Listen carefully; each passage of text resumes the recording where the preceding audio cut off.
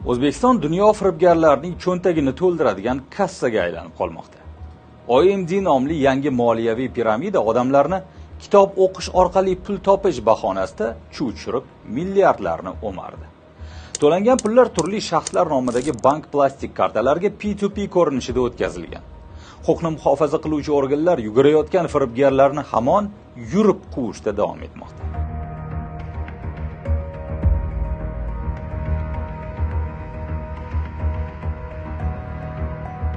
Asosan vodiy viloyatlarida keng tarqalgan navbatdagi yangi moliyaviy piramidaga minglab odamlar aldandi.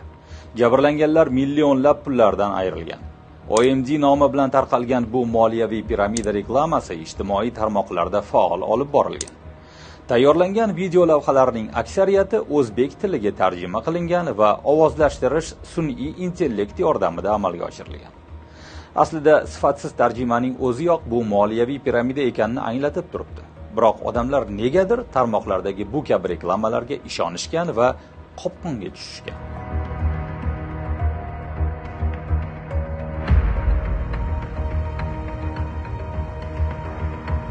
OMD kompaniyasi 2017-yil yanvar oyida Britaniyada ro'yxatdan o'tkazilgani aytilgan.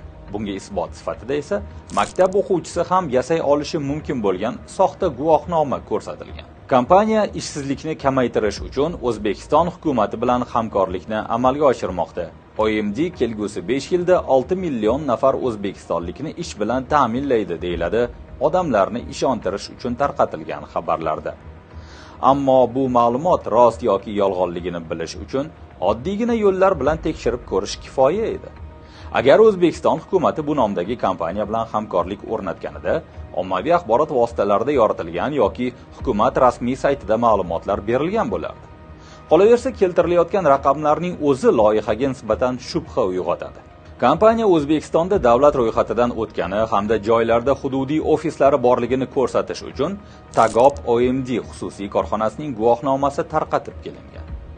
Bu oilaviy korxona 2025-yil 14-fevral kuni Farg'ona viloyatining O'zbekiston tumanida davlat ro'yxatidan o'tkazilgan.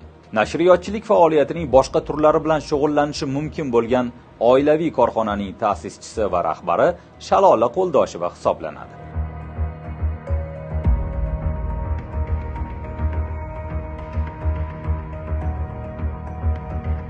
OMDning ishlash uslubi boshqa moliyaviy piramidalarniki bilan deyarli bir xil. Faqat qarmoqqa ilinganlarni ushlab turish metodi boshqacharoq. Xuddi eski uslubga yangi ton kiydirilgani kabi. Masalan, Parker Powerbank ijarasi, Watts